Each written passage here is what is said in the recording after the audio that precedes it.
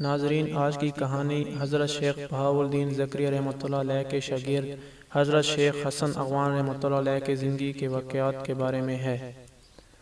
ناظرین، حضرت شیخ بہاؤالدین زکریا نے بار بار اپنے مریدوں سے فرمایا کہ اگر حشر کے دن حق تعالیٰ مجھ سے پوچھیں گے کہ بہاؤالدین تو دنیا سے میرے لیے کیا تحفہ لایا، تو میں برگاہ ذوالجلال میں عرض کروں گا کہ حسن اغوان لایا ہوں۔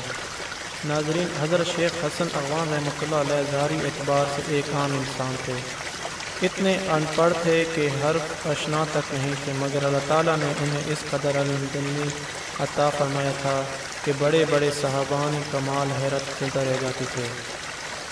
علم لدنی تصوف کی اصطلاح میں اس علم کو کہا جاتا ہے جو خدا بطور خاص اپنے بندوں کو عطا کرتا ہے۔ اس علم کے حصول میں انسان کوششوں کو کسی قسم کا دخل نہیں ہوتا۔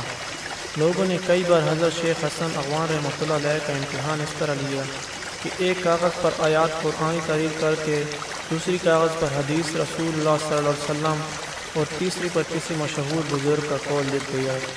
پھر ان تینوں کاغذوں کو خلط ملط کر کے حضرت شیخ حسن اغوان رحمۃ اللہ علیہ کے سامنے رکھ دیتے تھے اور کہتے کہ ان تحریروں میں آیات قرآنی کون سی ہے۔ حضرت شیخ حسن اغوان رحمۃ اللہ علیہ نے کسی جھجک اور تعمیل کے بغیر آیات قرآنی کو علیحدہ کرتے ہوئے فرمایا، یہ میرے رب کا کلام مقدس ہے۔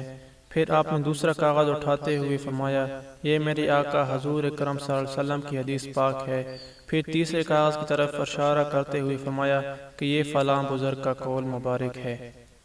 دلی اور ملتان کے علماء نے سینکڑوں بار حضرت شیخ حسن اغوان رحمۃ اللہ علیہ کا امتحان لیا، مگر آپ نے ہر مرتبہ آیات قرآنی، حدیث رسول صلی اللہ علیہ وآلہ وسلم اور جب حضرت شیخ حسن اغوان رحمۃ اللہ علیہ نے امتحان لینے والوں کو حیرت زدہ پایا تو ان سے پوچھا، آخر آپ حضرات میری آزمائش کیوں کرتے ہیں؟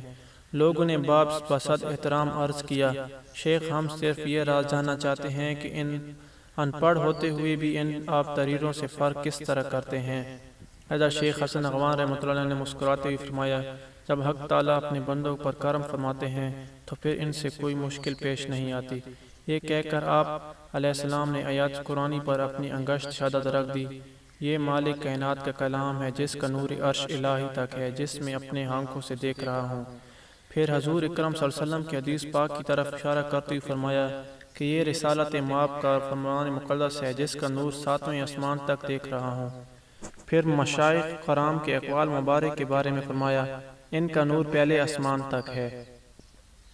حضرت نظام الدین اولیاء کی روایت ہے کہ ایک بار حضرت شیخ حسن اغوان رحمۃ اللہ علیہ دلی تشریف لائے۔ ابھی آپ راستے سے گزر رہے تھے کہ وہاں لوگوں کا ہجوم نظر آیا۔ حضرت شیخ حسن اغوان رحمۃ اللہ علیہ صورتحال جاننے کے لیے ٹھہر گئے۔ بادشاہ نے اس مقام پر ایک عالیشان مسجد تعمیر کرنے کا حکم دیا تھا۔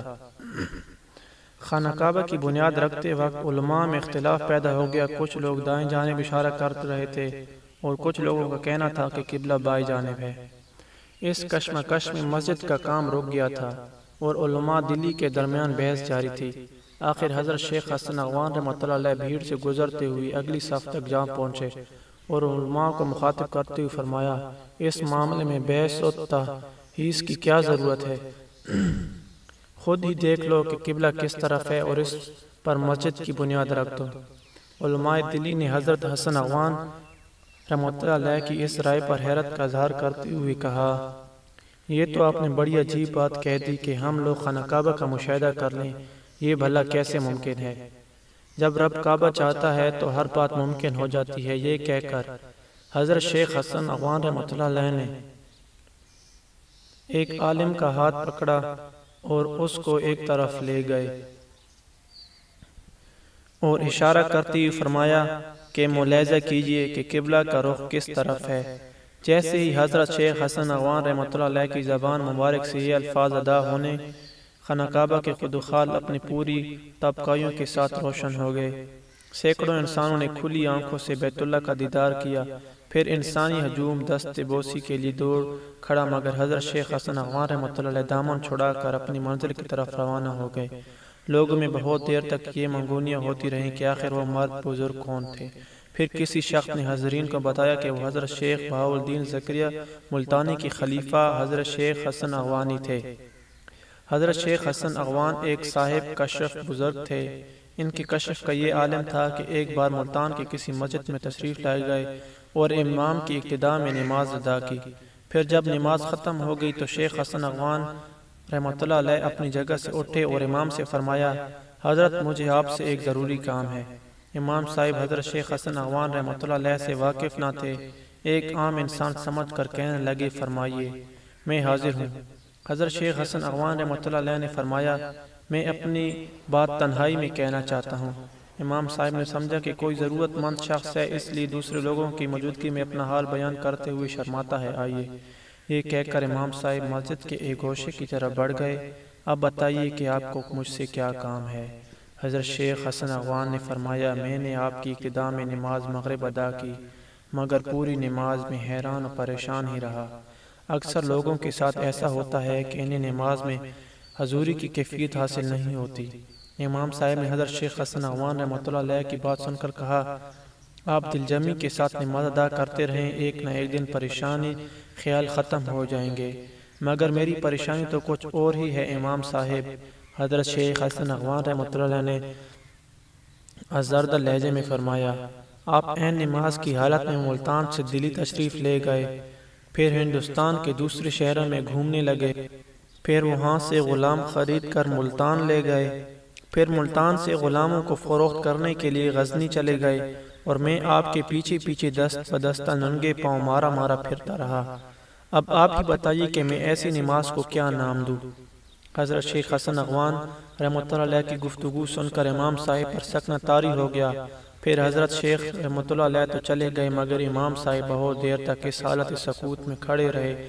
دراصل یہ امام صاحب کے خیالات پریشان نہ آسودہ تھے جو حضرت شیخ رحمۃ اللہ علیہ پر ظاہر ہو گئے تھے۔ حضرت شیخ حسن اغوان رحمۃ اللہ علیہ کوہ سلیمان کے رہنے والے تھے، جہاں اغوانوں کے مختلف قبائل آباد ہیں۔ حضرت شیخ حسن اغوان رحمۃ اللہ علیہ زبد و عبادت، ذوق و شوق اور عشق و محبت میں اپنی نظیر نہیں رکھتے تھے۔ آپ نے 679 ہجری میں اس عالم فانی کو خیر آباد کہا۔ حضرت شیخ حسن اغوان رحمۃ اللہ علیہ کا مزار پر انور حضرت شیخ بہاؤالدین ذکریہ رحمۃ اللہ علیہ کے روضہ مبارک کے عقب میں ہے۔ ناظرین، یقیناً آپ کو یہ کہانی بہت پسند آئی ہوگی۔ ناظرین، آپ میرے چینل سٹوری لائف کو سبسکرائب کر دیں تاکہ آپ نئی کہانی اور سبق آموز کہانیوں سے لطف اندوز ہو سکیں۔ شکریہ۔ السلام علیکم۔